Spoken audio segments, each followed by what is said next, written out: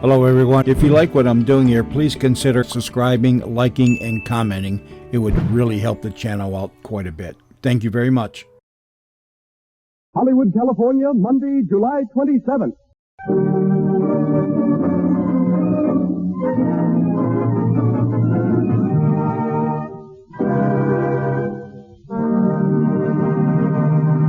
From its home on Hollywood Boulevard, the Lux Radio Theater presents Joan Crawford and Francho Tone in Chime.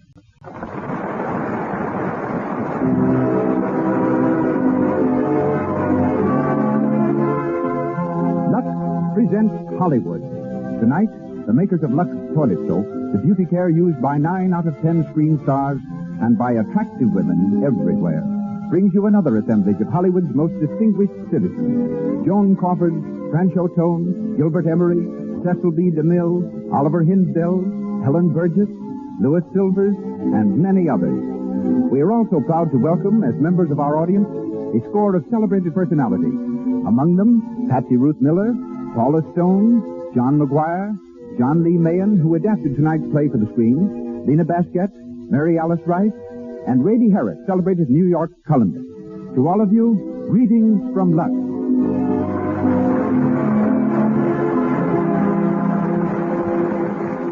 No man in motion pictures holds a record of achievement more enviable than that of our eminent director. He brings to radio, just as he has brought to the screen, the greatest plays and players in the world of entertainment. Tonight, he comes to the theater direct from location, dressed in riding breeches and boots, and covered with the dust of the set. And here he is, ladies and gentlemen, Mr. Cecil B. DeMille.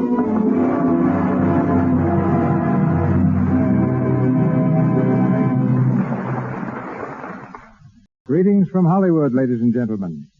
Many paths cross and many double cross in Hollywood. But this is my first professional contact with Joan Crawford and Francho Tone. But I know their history, perhaps better than they do. I can trace it back 150 years. Their romance, which began in 1933, was more than a courtship. It was a coincidence which had its beginnings in 1798, when an undersized Corsican named Bonaparte was lighting the fuse that was to explode all Europe, and an Irish patriot named Wolfe Tone was enlisting French aid in a revolt against England. The sympathies of the French people were with Tone, the handsome Irish rebel. But like most Irish rebellions, his was a glorious failure. He merely laid the groundwork for mutual admiration between the French and Irish. And Francho Tone, a descendant, and Lucille Lesseur, a little French girl, took it up from there. You may never have heard of Lucille. Her first job was at the Kansas City department store. After that, she danced in a Broadway chorus and finally came to Hollywood from a Winter Garden show in New York. A magazine asked its readers to suggest a new name for her. And from the names submitted, the studio chose Joan Crawford. Today, more than 200 babies, whose last names range from Ginsberg to McKillicuddy, are called Joan Crawford, which will give you some idea of the star's popularity. To all the world, she symbolizes the American viewpoint in clothes and manner. And tonight, the Lux Radio Theater presents Chained, starring Joan Crawford and Francho Tone.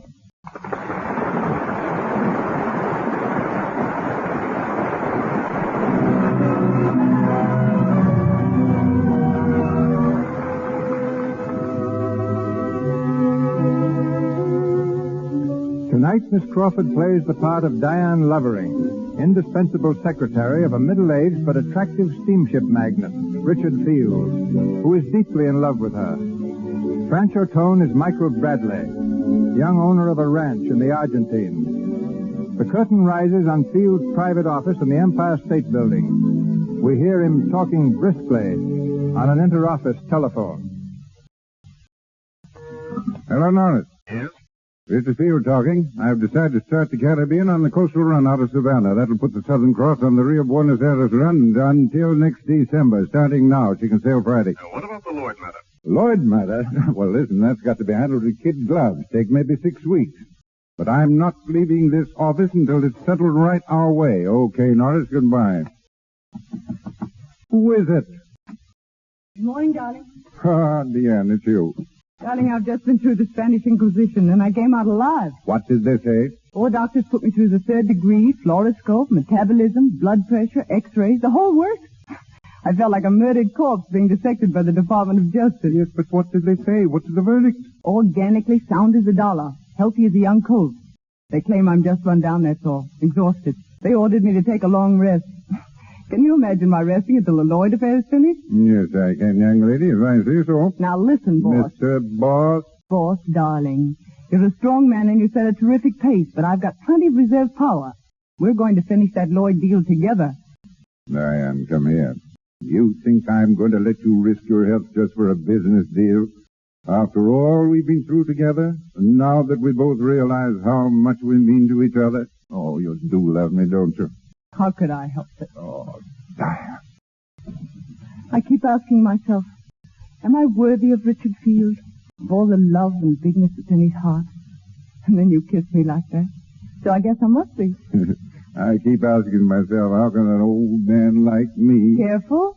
Mention that subject to me again, and I told you I'll make a scene. All right, I'm a mere stripling of 46. Look here. What about this sudden command appearance? Anything wrong? Diane, it's happened. You mean your wife? Yes. Oh. She came into my room last night. She was very fine. No scene or anything like that. She simply told me that she knew about us, and had known for some time, in fact. She wanted to know what I was going to do. Did you tell her?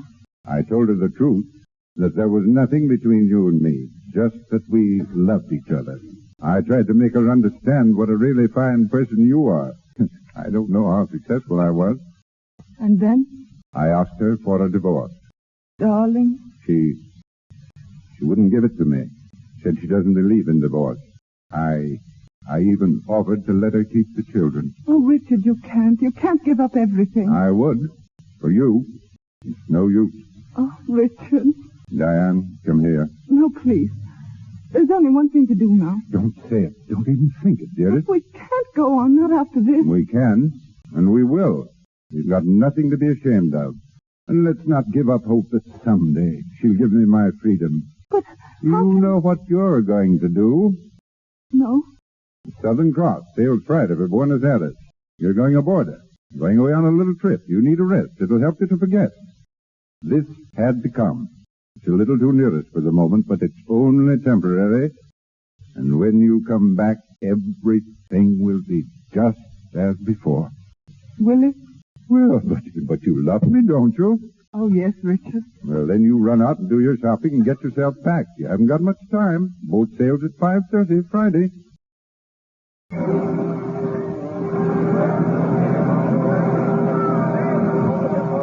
What a lovely boat. I wish you were going along, too. I won't know a soul on board. It'll be only 6 weeks. Besides, I have to give you a chance to know your own mind, haven't I? It isn't my mind anymore, darling. It's yours. Good. Where's the ambassador suite? This way, Miss Field. Here you are. When we take the Southern Cross together, it'll be called the bridal suite. Oh, Richard, look at those flowers. You shouldn't have. Well, they knew you were coming and grew overnight. Good. Yes, sir? Mine now is Miss Lovering asked for a water spout. You get it for her. Yes, sir. Oh, here's the chef. Oh, Mr. Field, you want Emile? Emile, this is Miss Lovering. She likes crepes Suzette and thinner than you've ever made them before. And I know she'd like your pompano with that sauce. And corned beef hash, too, Emile. To perfection, mademoiselle. And if you don't outdo yourself, I'll have you transferred to a banana boat. And I will deserve it, monsieur. Now, here's your bedroom, Diane. It's beautiful. And still not enough. Oh, it's taking all the willpower I've got not to chuck the whole Lloyd deal and come along with you. You will come back, won't you? I promise, Richard. I'll need you. Always. I think I'd crack up without you now. Oh, dear, we won't have time for our cocktail. The minute the ship leaves, you go to the bar and order one. Only a sherry flip, remember? Always a cherry flip, every day at 6 o'clock. I'll have one ashore. I'll think of you, Richard. Goodbye, darling.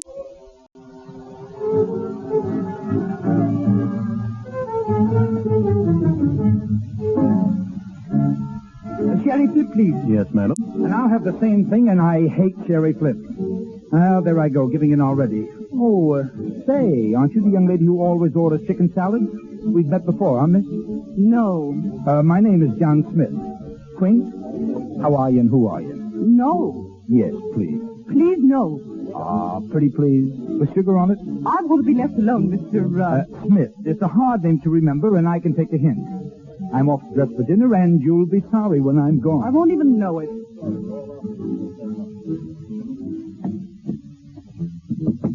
Who is it? It's Johnny Smith, your faithful servant.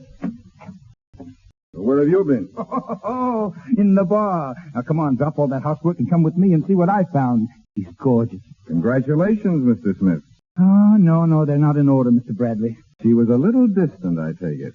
Straight from the Arctic regions. Is she worth an expedition? From pole to pole. Don't stop to get dressed. We'll start now. Lead on, guide.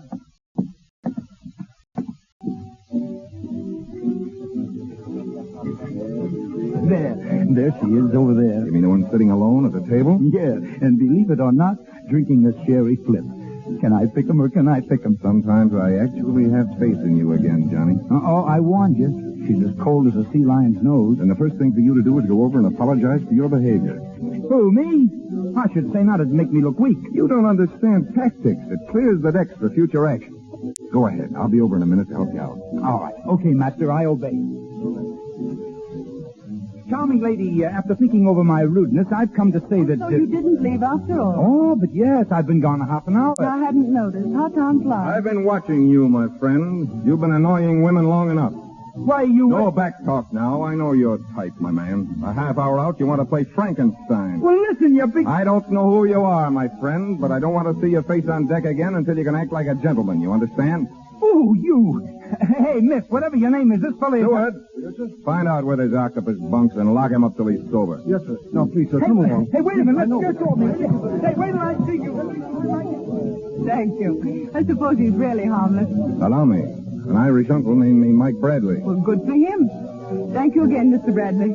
Look here. You're nervous, probably all unstrung over this attack on your privacy. How about another cocktail? Thank you, no. I've had my one for the evening. Well, I'll see you at dinner. I'm having dinner in my cabin. I'm turning in early. Then I'll see you around tomorrow in the swimming pool. Perhaps, if I decide to go in.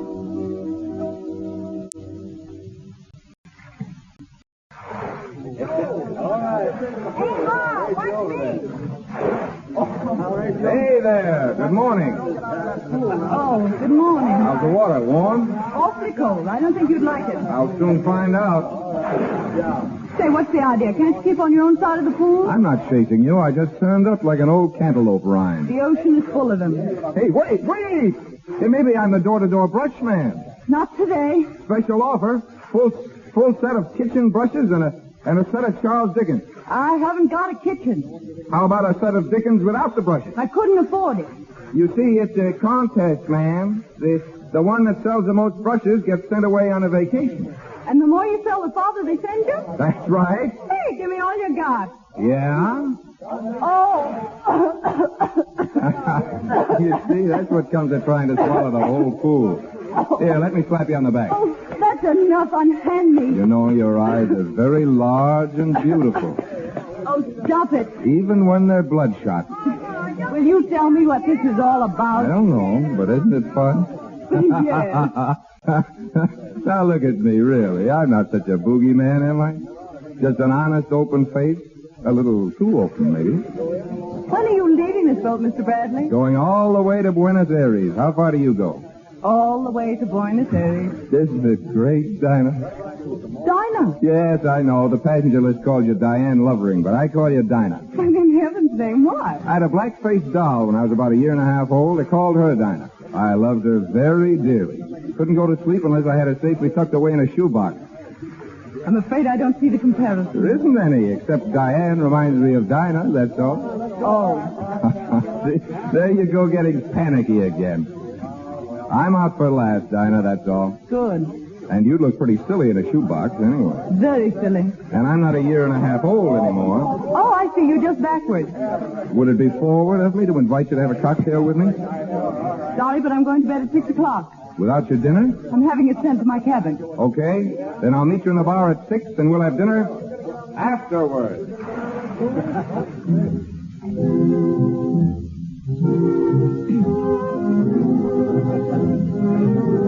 Hello, Dinah. You're early. It's only 5:45. And I've got 15 minutes to get back to my cabin. Now, how about just one cocktail? Well, I'll have a sherry flip. Sherry Flip? What's the matter? You seasick? No, not in the least. But Sherry Flip's just like water. No tang, no feeling, no oomph to it. I still like sherry flip. Okay, lady. I'll show you I can take punishment, too. Oh, steward, one Sherry Flip and a plain lemonade. Yes, sir. Right away, sir. I'm afraid you're a problem girl, aren't you, Dinah? What makes you think so? Well, you're a problem to me. And something tells me you're full of problems yourself. What did you come on this trip for? The ride? Mm-hmm. Darn long ride. I wanted a long ride. Who's the guy? What guy? Well, every now and then your eyes are way out there on the horizon. There must be a guy behind a woman's eyes when they're like that. Oh, you listen to the conceited male. Honest now, you're not engaged to be married? Would that be one of my problems? Might be. You ever been engaged? No. Don't tell me you've lived in a cave all your life. Don't you remember? It was a shoebox. Lemonade for the lady? Do I look as if I drink a sherry flip? Sorry, sir. Well, here's to the two of us. Long may we wait. You came on this boat looking for trouble, didn't you, Mr. Bradley? I admit it. But then you dropped out of the sky. But I'm not trouble. I know. And I've just about decided that you're something distinctly different. Something I've always wanted to meet. And always thought was just a kid's foolish dream. I'm afraid you're on the edge of saying something very silly, Mr. Bradley. It doesn't seem silly. Then I've never been this close to the edge before. And let's forget you ever said it, shall we? All right. Until the day I can make you remember it. A good cure for that sort of sentiment is walking. Do you like to walk? Listen, young lady, I'll walk you around the deck tomorrow until you holler for help. Okay.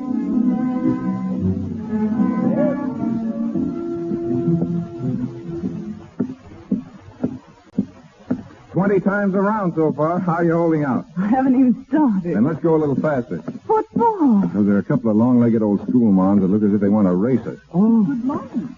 Miss Weevils and I have just about decided that you two set the nicest face on the deck. We like to walk fast. So do we. I think we make a nice little squad. You might say, we'll all have to do this every morning. Yes, it's a good idea. You just keep leading the way and we'll follow. Hey, what do we do? Pull a fast one. You do it. I'm all out of fast. All right, here goes. Oh, look at the whales. Where? Oh, Right alongside the ship, there must be 100 of them. I don't see any. No? There aren't any whales there, Mr. Bradley. I'm afraid you're mistaken. No whales? Are you sure? Not a whale. Nothing but ocean. Gosh, you don't suppose... Not again. There, my poor dear Mr. Bradley. Well, what's the matter with him? Nothing, you see. They told me a sea voyage would cure me. I won't go back to that place again. They can't tie me up in that room. Be calm. Edith, come along. The man's crazy.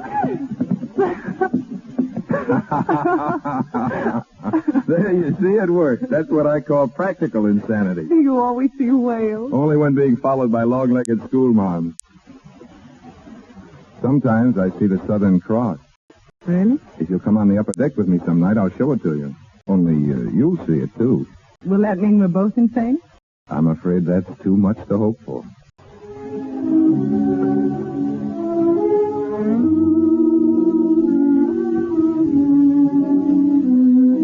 It's glorious.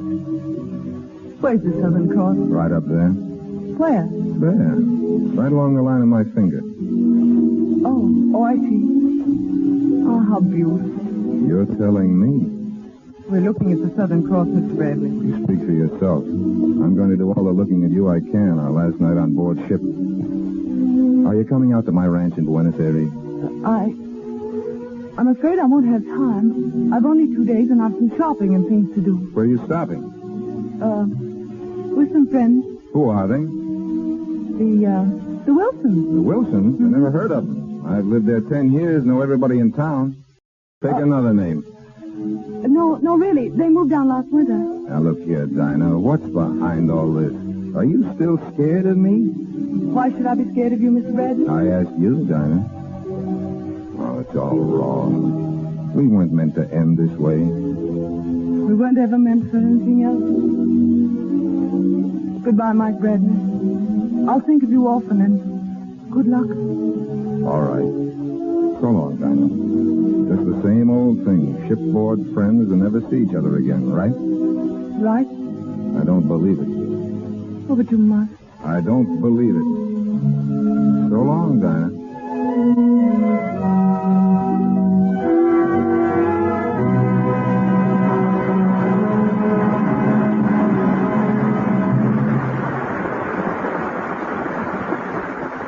In just a moment, we'll go on with our Lux Radio Theater presentation of Chime, starring Joan Crawford and Francho Toad. But first, we take you to Hollywood's playground, Santa Monica Beach, only 14 miles down lovely Wilshire Boulevard from Hollywood to the sea. We're on the set at famous Santa Monica Beach Club. There are two girls near us, very much excited. Listen. Look, it's Carol Lombard. There? No, over there to the right. They say she's crazy about the water. Swims beautifully. Doesn't she look slick in that bathing suit? Mm-hmm. Some low cut. Wish I could wear one like that, but my back isn't smooth enough. Say, I read in a movie magazine that Carol Lombard uses Lux toilet soap as a bath soap, too. Gosh, that's an idea, all right, huh? Mm-hmm. It's almost to donuts. That's why her back is so smooth. I'll have to give it a try. It certainly is Carol Lombard's Lux Toilet Soap Care that keeps her skin so lovely. And this beauty bath does other things, too. Carol Lombard herself has told us, Often I come home from a long day before the camera, so tired I can't bear even the thought of going out. And then I try a Lux toilet soap bath. Lie back a few moments completely relaxed. When I step out, I feel marvelously refreshed. And I love the delicate perfume Lux toilet soap gives my skin. Lux Toilet Soap has an active lather that carries away from the pores all foreign matter, every trace of dust and dirt. It protects stinkiness. Lux Toilet Soap's perfume is a blend of 34 costly scents. But because so many millions of cakes are sold, the cost of this fine soap is brought way down, so that any girl's shopping list can contain the words, 6 cakes of Lux Toilet Soap, please. And once again, Mr. DeMille. Chained, starring Joan Crawford and Francho Tone, continues.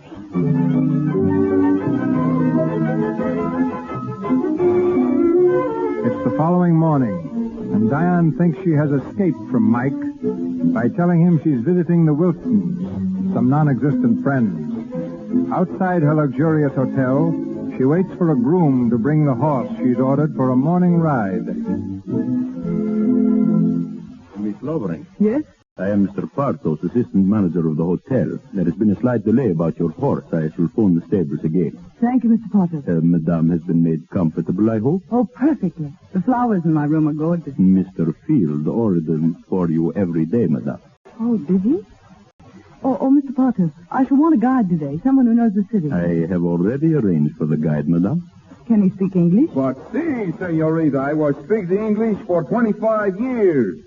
Allow me, senorita, to present myself. Senor Pancho Mike Bradley at your service. Mike, where did you bob up from? You scared me. Oh, still a boogeyman, huh?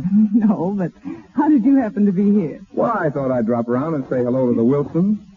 Nice little cottage they have here. Lots of servants, guests. Are they home? No, but they left word for me to mind the children. I was taking the twins to see the executions on the plaza. Little Otis is tall for his age, isn't he? Mm-hmm. Or do they have him stretched?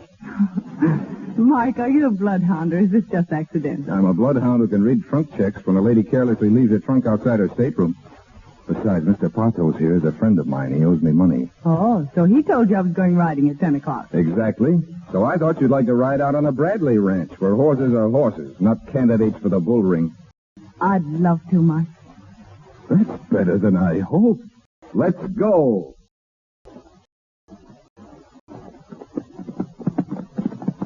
Mike, let's slow down to a gallop. All right. Oh, boy. Oh. Quiet. Let's get off and rest a while. I brought a couple of thermos bottles of cold tea in my saddlebag. Tea? On shipboard, lemonade and sherry flips. On the Pampas, cold tea. I forgot to ask the name of my horse. Chili con carne. I'm glad to meet you, Tilly. Hey, you got a cold, wet nose. Tell her she shouldn't smell so nice, Chili. Where do we hitch them? To a blade of grass? And just throw your reins over his head. He'll stand like a sentinel. Nothing like cold tea on a warm day on the pampas. Quenches thirst, peps you up, gives you that relaxed feeling. Yeah. Are you going to sell these horses? Not Chili Con Carne. Chili's grandma once won the sweepstakes for me and saved the mortgage. Isn't it quiet out here? Not a human being or a house in sight. Yes, quiet and harmless, like a day nursery. And you had to lie and run away from me. Why? I should think you could guess, Mike. Diane. No, please. Let me go, Mike. Oh, my darling. You see, there's nothing to run away from, is there? No. Just then when you kissed me, you and I reached high above the earth. I don't know where, but we were all alone together where nobody else will ever be. We're going to settle down up there. Right in the sun, where we can feel it beating down into us. However you spell it, it's love. Whether there's sun, or moon, or rain. On the boat, did you really know so soon? I've known about somebody like you ever since I could think. When did you know? I never thought about anybody like you. So I guess it must have been the minute I saw you. You're going to see me from now on, Mrs. Mike Bradley. Oh, Mike. Now I know that's what I've wanted to hear you say. But I've never dared let myself think about it. What have you dared think about? Everything. Your arms around me. Everything except being Mrs. Bradley. Why? Because perhaps I'm that kind of a girl. You're going to tell me about some dark, silly past that doesn't concern you and me. If that's so, I hope you won't want me to start in. No. I'm going to tell you about the present. There's no present except you and me. There's another man. I promised to marry him. That's the man I said was behind your eyes? Yes, but you don't see him there now, do you? No. And I've forgotten he was ever there. I can't just forget that way. I know. But I've never really known anything until you put your arms around me. You see, I thought I loved him, Mike. He's gentle, honest, dear, and I owe him everything. This trip. I even owe him you. Well, you got to write him a letter right away. No, I've got to go back and tell him face to face. No, that's only an unnecessary ordeal. It wouldn't be fair if I didn't. You see, he didn't run out on me, and I couldn't run out on him. If I see him myself, I can make him understand. We couldn't be happy any other way, could we, Mike? I suppose not. You've got to go back and tell him. But Diane, darling, please hurry back.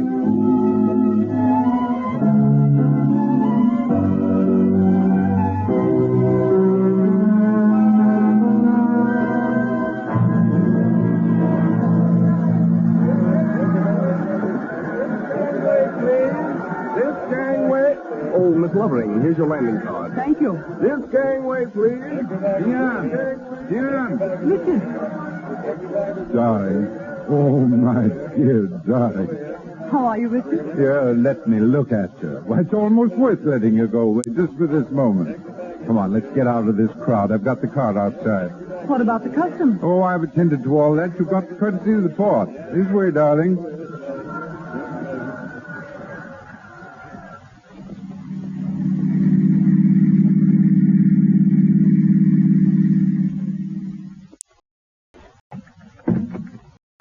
Well, Diane, home at last.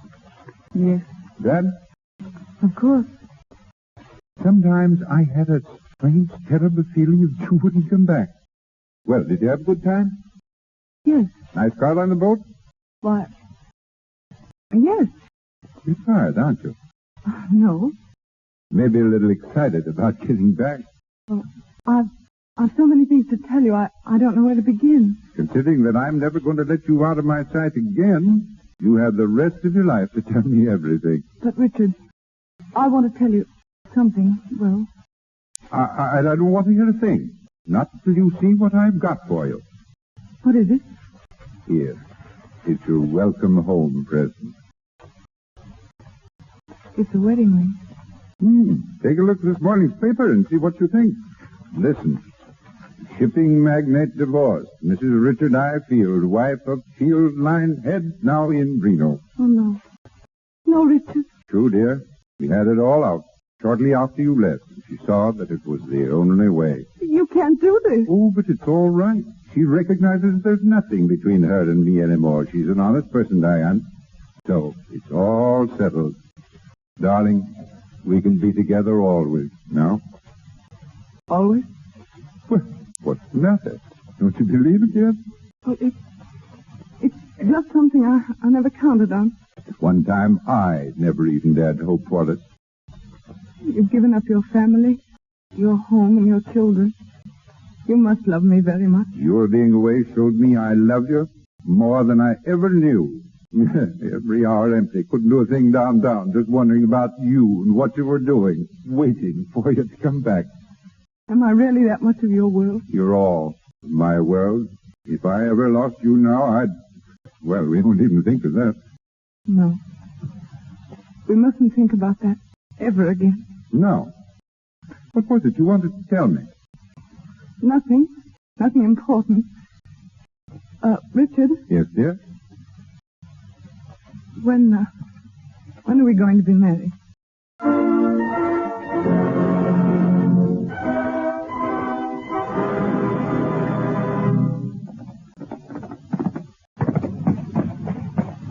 Yes, Pablo, walk him till he cools off. And no water till sundown. Si, senor. Is there anything fun? Hey, Johnny. Yeah? Mail come in yet? Yeah, sure. It's a letter from New York in small feminine handwriting. You know, it looks awfully thin to me. Shut up and hand it over. It's their first letter. Why, Mike. Mike, what's the matter? Nothing very much. No. Really nothing at all. It just seems there was a first-class chump in the Argentine. His name's Mike Bradley. You mean... I mean the works. She's taking a run-out powder. She's married that guy in New York. Oh, gee, that's tough, Mike. It looks like all women are the same, doesn't it? Yeah. Only most of them aren't so frank in admitting they're only out to make a sap out of a man. Well, I never dreamed it about her. It's brutal. Sure, everything seems brutal when you're on the loser's end of it. But I guess I'm well out of that one. Oh, how does a dame like that figure things anyway? Can't she recognize a real guy when she sees one? That's not the point. She's got what she wants. She'll live up there in New York, spending her days buying furs and diamonds to show off in the evening at nightclubs. Probably her husband's a good guy, too. Just another sap. Only he doesn't know it yet. Is there anything I can do about it, fella? Sure. If I ever go up to New York again, keep reminding me that Don Juan and Casanova had the only real slant on women. Love 'em and leave 'em.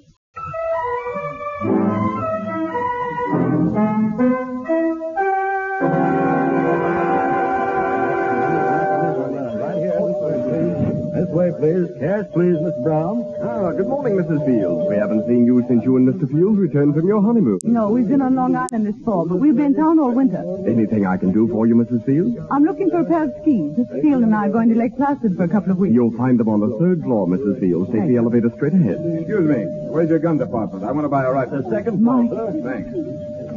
Mike. Well, hello. Fancy meeting you in your own hometown. How are you, Diane? This is a surprise. Yes. How long have you been in New York? I don't know. 2 or 3 weeks. Where are you stopping? At the Westmoreland? I'm my car outside. Can I drop you anywhere? No, thanks. I think I'll walk. All right. How's Johnny? Been well and happy? Sure. You look pretty well. I can't complain. I'm glad, Mike. So am I. What are you doing? Buying the store out? No, just window shopping.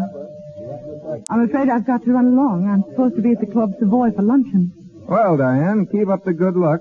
And I'll tell Johnny I saw you. Mike, couldn't we go someplace and talk? Sure. Providing you can break that date and have lunch with me. That's all right. Providing you let me pick the place. Any way you say, Mike. Guess that's fair enough, isn't it? Oh, I do so want to talk to you. Sure.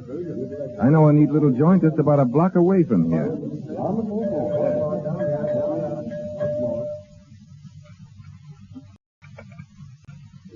luncheon, it was satisfactory, monsieur? Excellent, Felix. And I like your little private dining room. A nice, intimate feature that New York should have borrowed from Paris long ago. Quite so, monsieur. Quiet and, as you say, intimate.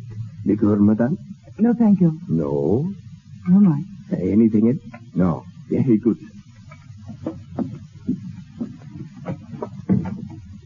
Well, Mrs. Field. First time you called me that. Okay, it's the last.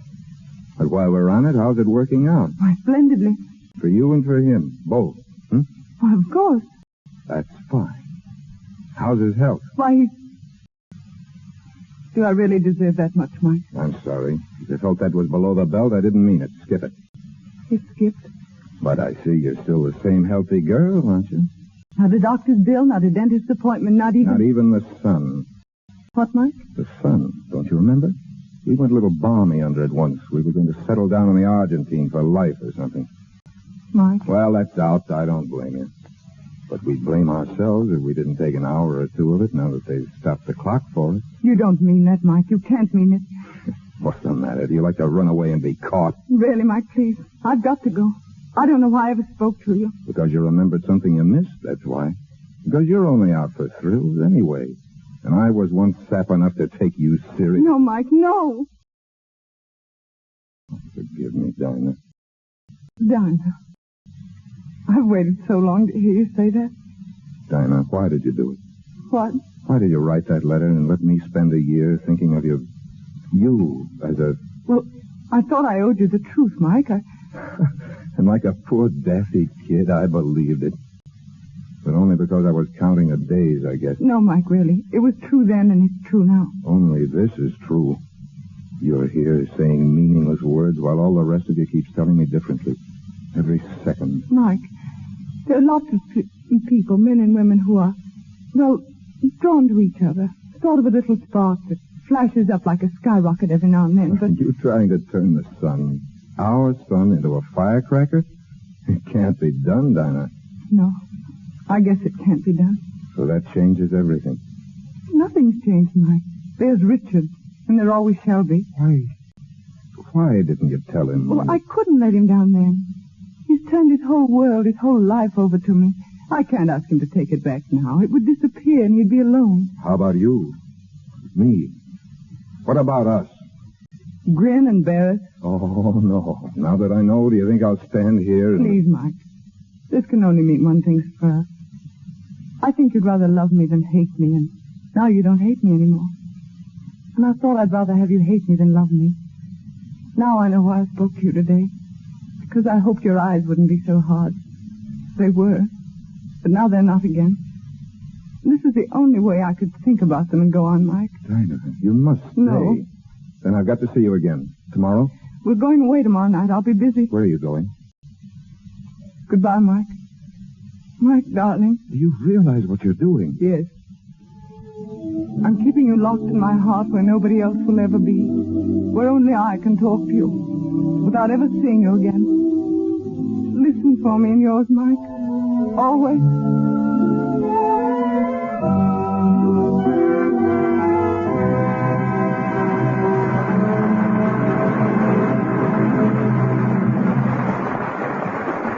We pause for station identification. This is the Columbia Broadcasting System.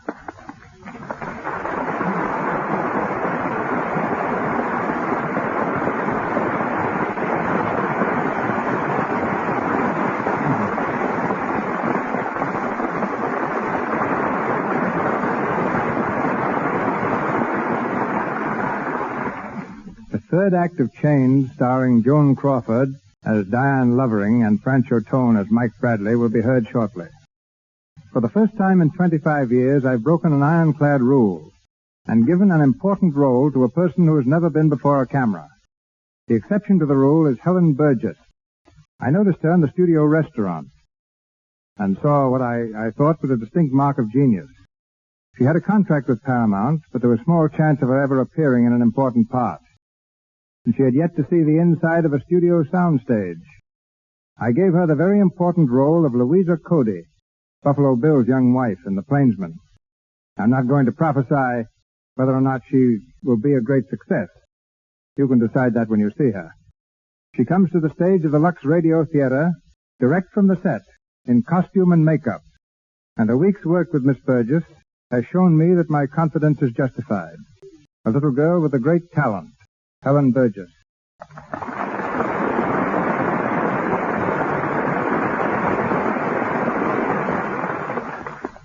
I am so grateful, ladies and gentlemen, for this marvelous chance to work under Mr. DeMille's direction. And if it's a thrill to be the discoverer of someone new to the screen, it's much more of a thrill to be discovered. I'm sure that everyone in this audience wants to know something about you, Helen. And someone has said that there is nothing so interesting as a fact and nothing so vital as vital statistics. So what are yours? Well, I was born in Portland, Oregon, and next year I'll be able to vote. I also lived in Tacoma, Washington for a while before coming to Hollywood. And I went to Hollywood High School, like B.B. Daniels and so many other DeMille discoveries. The one difference in your case is that you had never appeared on the screen at all, and most of the girls like B.B. Daniels and Gloria Swanson, who finally found themselves in DeMille bathtubs, were bathing beauties to start with. Well, I envied them whatever experience they'd had.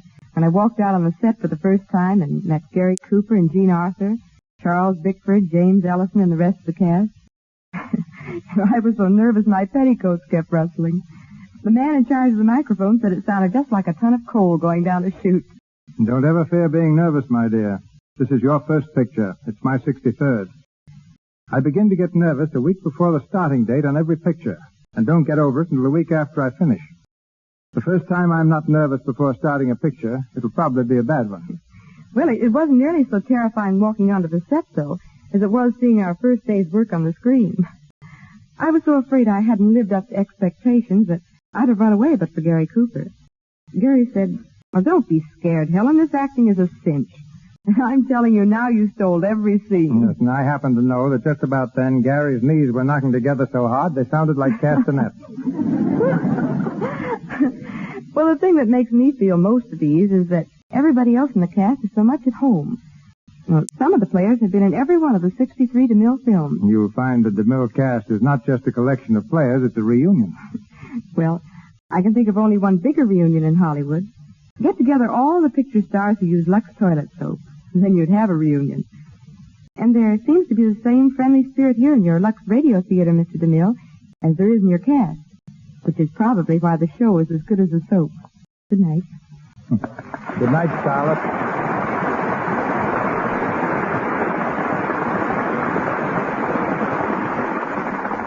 We continue the Lux Radio Theater play Chains, starring Joan Crawford and Francho Tone.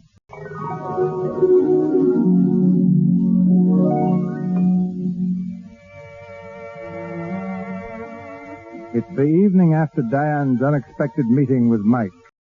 She and her husband are at home, dressing for dinner. Diane, Yes, Richard? all packed to go to Lake Placid tomorrow? Almost, but don't worry. Amy never forgets a thing. Good gosh, I'm hungry. What's for dinner? I really don't know. Aha, beginning to forget your wifely duties already, eh? Yes, I mean, it won't happen again, Richard. Get your skis today? Skis? Oh, now isn't it silly? I forgot all about them. So that's my girl with the efficient head for remembering. Been talking about skis all week and then goes and forgets them. I'll ask them to send some up by express. Are you all through at the office? All cleaned up. Good. Then you sleep late in the morning and stay around the house with me until we leave for the train. Can't. There's a board of governors meetings, clubs. Long as I'm in town, I've got to attend. Richard, Yeah? I've got a marvelous idea. Name it. Let's not wait for that stuffy train trip tomorrow night. Let's get to bed early, get up early, take the open car and every fur robe in the house and motor up. If we leave by 7, we can make Placid by 6 in the evening, no matter how much snow. Pretty cold ride. Oh, it'll whisk the cobwebs out of our brains. Hey, what makes you so anxious to get away on our little holiday? You? I make you anxious?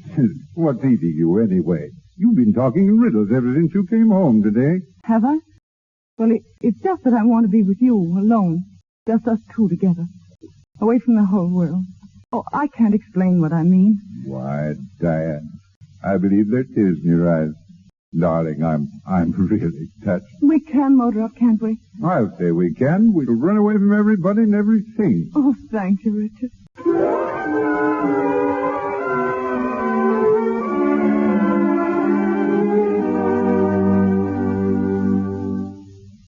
Morning, James. Are we glad we're here, or aren't we? It's very invigorating, sir. Mrs. Field still out skiing? Yes, sir. Oh, sir, a gentleman phoned by the name of Bradley. Bradley? Bradley? Don't know any Bradleys. Want me? Yes, sir. I told him I never disturbed you until he came downstairs, sir. Then he asked for Mrs. Field. I told him she was out. And then, before I could ascertain his business, he said he was coming right over. Right over? Where from? From the village, I presume, sir. Ah. Kidney stew. Was this your noble idea, James? Mrs. Field ordered it, sir. James, I'm a very fortunate man. Yes. If that's that fellow Bradley, show him right in. Yes. I'm Michael Bradley. Is Mr. Field in? Yes, sir. This way, sir. Mr. Field is expecting you, sir. Mr. Field? Yeah? Mr. Bradley? Yes. Well, you look fresh in civilization. Came up on the night train. Sit down, won't you? If you excuse me, I'll go right on with my breakfast. All right, James. By the way, Mr. Bradley, have you had yours? Thanks. I think you'd rather this would be private, Mr. Field. Well, very well. James, I'll call you when I want to. Yes. Mr. Field, there's only one reason I felt I could come up here to see you. And that's because your wife told me you dealt with things pretty straight. My what? Oh, you know Mrs. Field. I'm in love with her. What? And she's in love with me. Are you insane? No. I met her on the boat last year. It was in the cards, Mr. Field, only I couldn't get her to admit it. Until one day she came out to my ranch. And then I knew. We both knew. What is this? Some filthy blackmailing insinuation? No. Even then she was loyal to you. If you've got anything else on your mind, forget it, because it isn't so. But you see, she came back to tell you about me, only she found out how much she meant to you and she couldn't let you down. Well, I guess that about settles the matter, doesn't it? No, it can only be settled one way. Her way, which she's too unselfish to face. So I'm trying to face it for her. Oh. I suppose she asked you up here so that you might... Far from it. When I called your office and learned you'd left for the Adirondacks earlier than you expected, I simply knew she'd run away from me. Bradley, you're kidding yourself. No, I'm not. You're in as good a position as I am to know a man can't kid himself about a woman. I think this talk is finished, Mr. Bradley. Not yet. Diane came through for you, didn't she? And now it's your turn to come through for somebody else. And what do you propose that I should do about it? Give her up. Give her back to herself. Oh, I know, I'm getting the breaks, but there's nothing I can do to keep them on your side. And I know it's tough, but there's nothing you can do. I could drop out of sight and it wouldn't solve matters.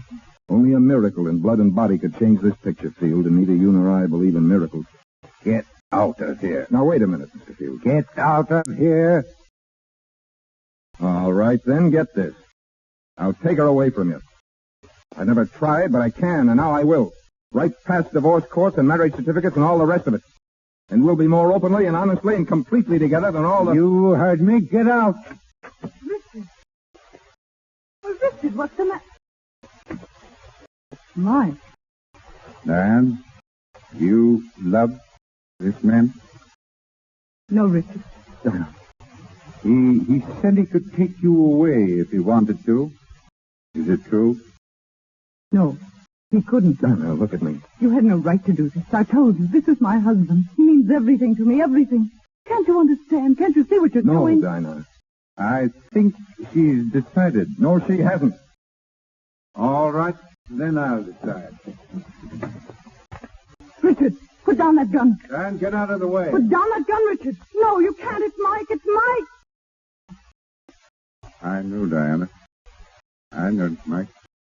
I just wanted to be sure. What are you going to do? Do, my dear? We're going to settle this matter like civilized people.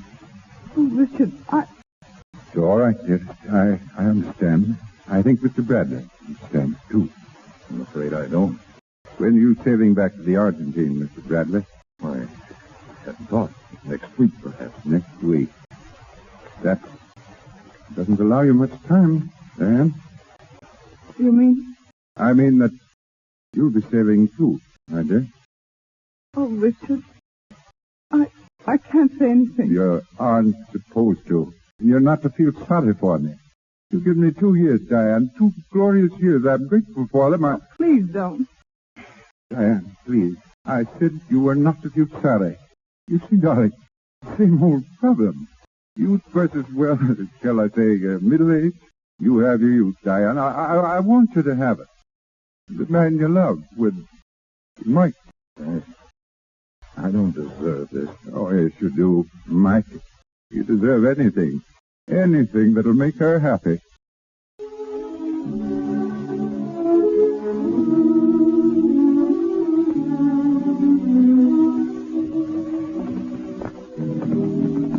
Oh, Chili. Oh. Hold it. Mike, it's glorious out here. You want to go on? No, let's just stay here. I want to drink it all in. The moonlight, the pampas. There's a Southern Cross up there. Where? Just about where it used to be. Oh, it's more wonderful than ever. And so are you, Mrs. Mike Bradley.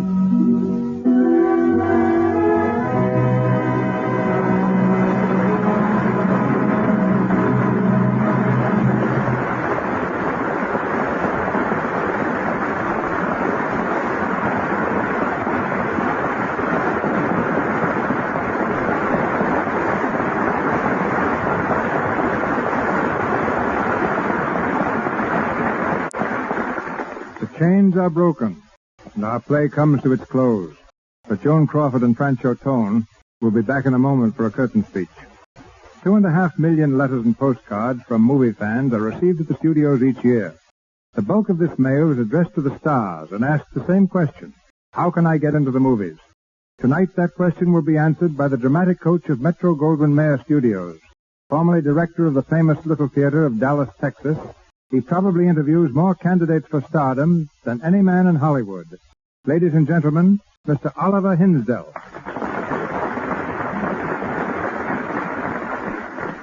Well, Mr. DeMille, I think that even you must admit that that's a pretty big order.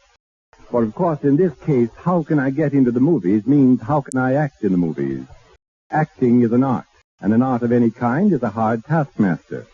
There's no formula, no open sesame into this land of make-believe, save that of work, work, work. Believe me, there is,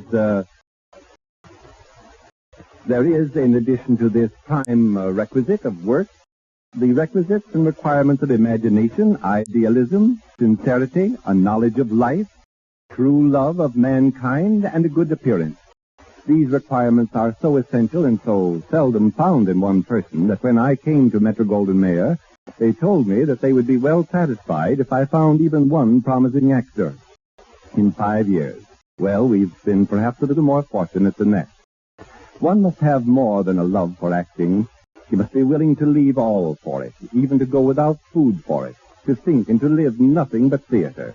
It's not merely a place to show off a good voice, a good profile, a fine figure.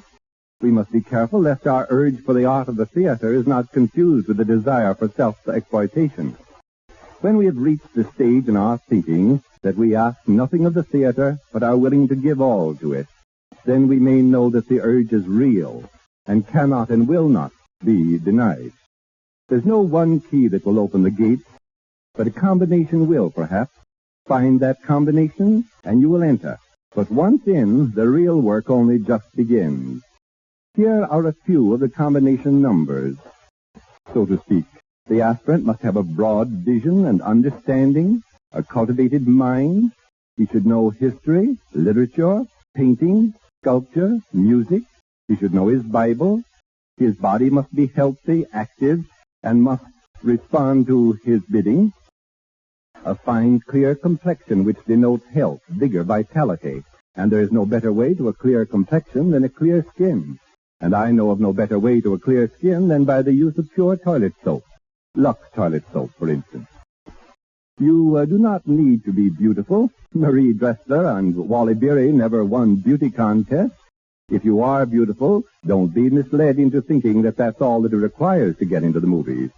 The ranks of Hollywood unemployed are full of those with nothing but beauty.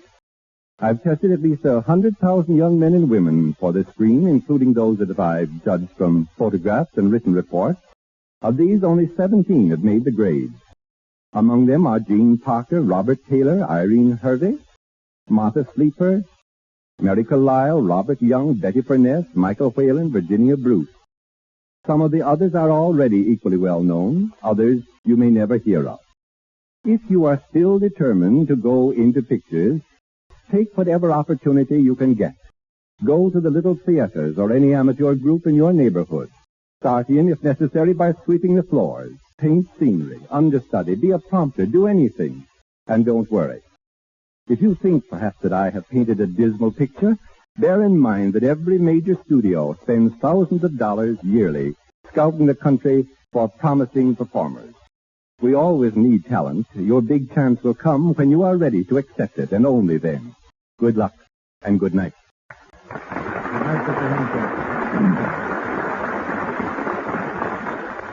Before the movies discovered glamour, it was just an old Scotch word meaning a spell cast by magic.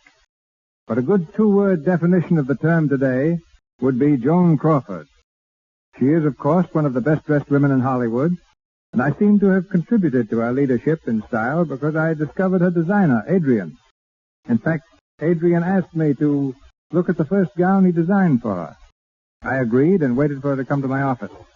After a while, there was a knock at the door. I said, "Come in, Joan." The door opened. Joan took one look at me and fled, apparently in terror. I didn't know until this week why she ran away, and think the reason is one she'd better explain to you herself. Miss Joan Crawford.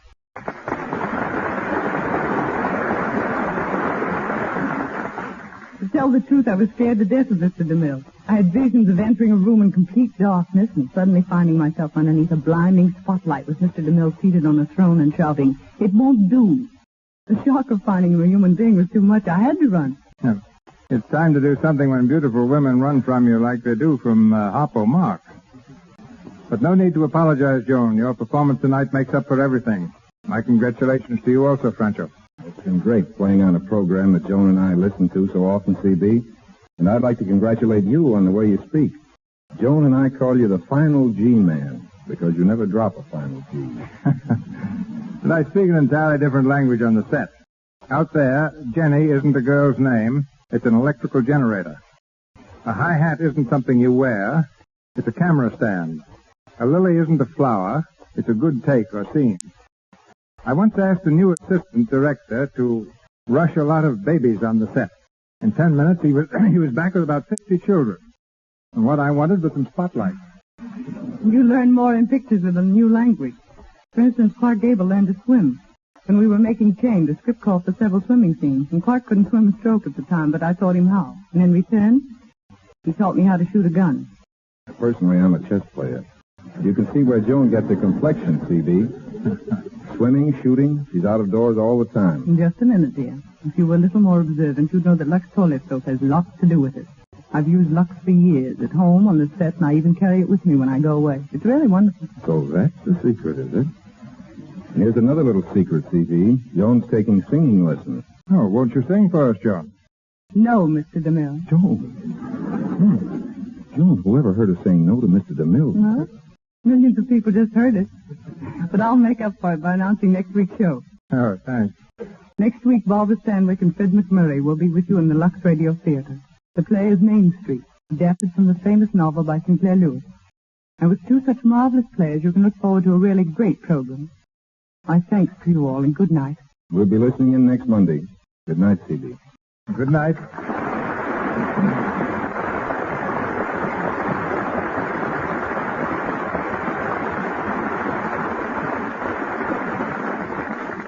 Thank you, Miss Crawford and Mr. Tone. And lots of success to both of you in your new Metro-Goldwyn-Mayer picture, The Gorgeous Hussy, soon to be released with Robert Taylor, Lionel Barrymore, Melvin Douglas, and James Stewart. Our cast tonight included Gilbert Emery, Wally Mayer, Lou Merrill, Frank Nelson, Margaret Seddon, Walter Solderling, and Leora Thatcher. Miss Crawford, Mr. Tone, and Mr. Hinsdale appeared through courtesy of MGM. Our play, Change, was based on the MGM photoplay of the same name, which starred Miss Crawford and Clark Gable. Mr. DeMille and Miss Burgess appeared through courtesy of Paramount, and Mr. Louis Silvers, 20th Century Fox, where he has just completed the musical arrangements for To Marry with Love. And now, Mr. DeMille. As Miss Crawford announced, our play next Monday night is Main Street, starring Barbara Stanwyck and Fred McMurray, in this modern classic by Sinclair Lewis.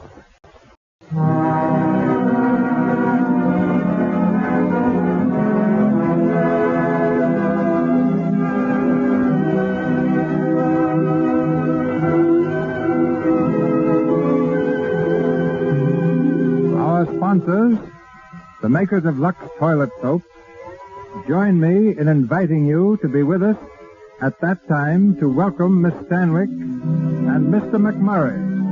This is Cecil B. DeMille saying good night to you from Hollywood.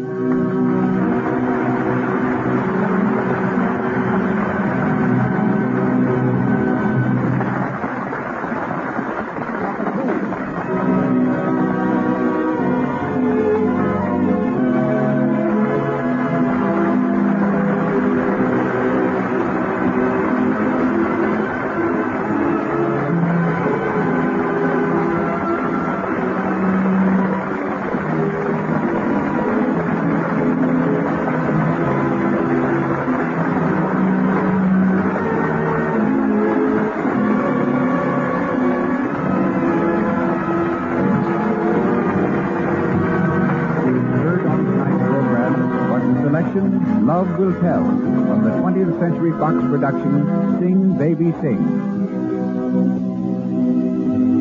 This is the Columbia Broadcasting System.